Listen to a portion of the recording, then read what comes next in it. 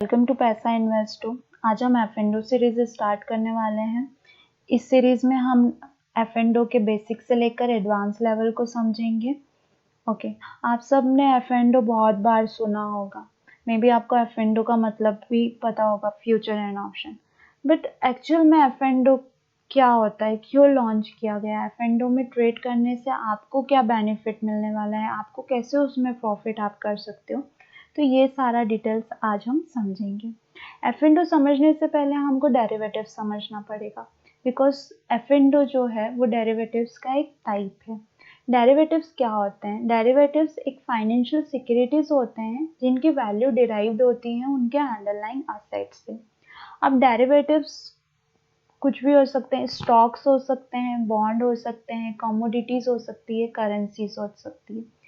जो basic difference होता है कैश, स्टॉक्स और डेरिवेटिव्स में, वो एक सिंपल डिफरेंस होता है कि जब भी आप कोई कंपनी का स्टॉक परचेज करते हैं तो आप डायरेक्टली उसके शेयर होल्डर बन जाते हैं।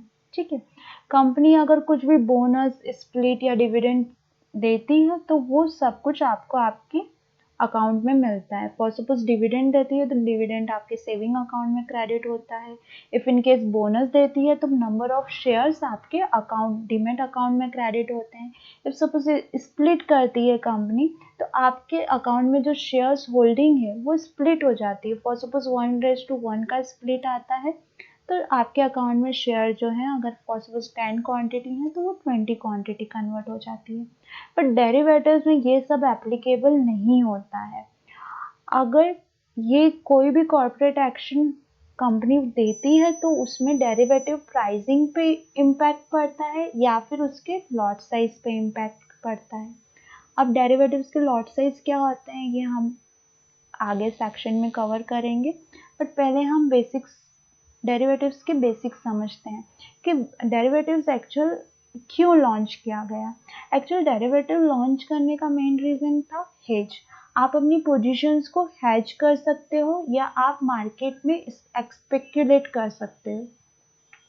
हेजिंग का मीनिंग क्या होता है? हेजिंग का मतलब ये होता है कि आपके पास कोई भी सिक्योरिटीज कैश में आपने होल्ड की हुई है अपने डीमैट में। फॉर सपोज आपके पास में स्टेट बैंक ऑफ इंडिया है, राइट। अब आपने उसको परचेज किया था अराउंड 100 रुपीज से, अभी 200 का प्राइस चल रहा है, एंड नाउ यू थिंक कि ये अभी 200 से जो है 150 के लेवल पे जाएगा, बिकॉज बैंकिंग की कंडीशंस उतनी अच्छी नहीं है और ये सेलिंग प्रेशर में आ रहा है।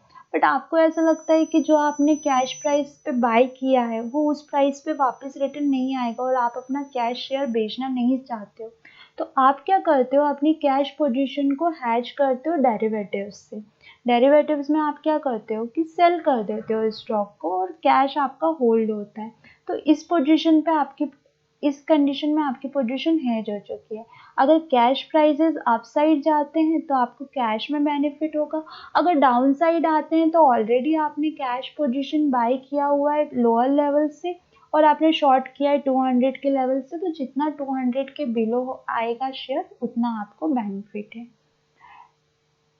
स्पेक्युलेट क्या होता है? स्पेक्युलेट का सिंपल मीनिंग है इंट्राडे ट्रेड।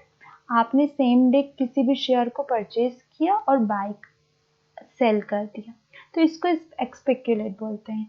या फिर हम ये बोल सकते हैं कि आपके पास कैश में कोई भी सिक्योरिटीज नहीं है बट आपको फ्यूचर कंडीशन उसका ऐसा लग रहा है कि मे बी ये बाइंग होगा, तो आप बाय करते हो शॉर्ट टर्म के लिए, या फिर आपको लगता है कि सेलिंग होगा तो आप शॉर्ट टर्म के लिए सेल करते हो।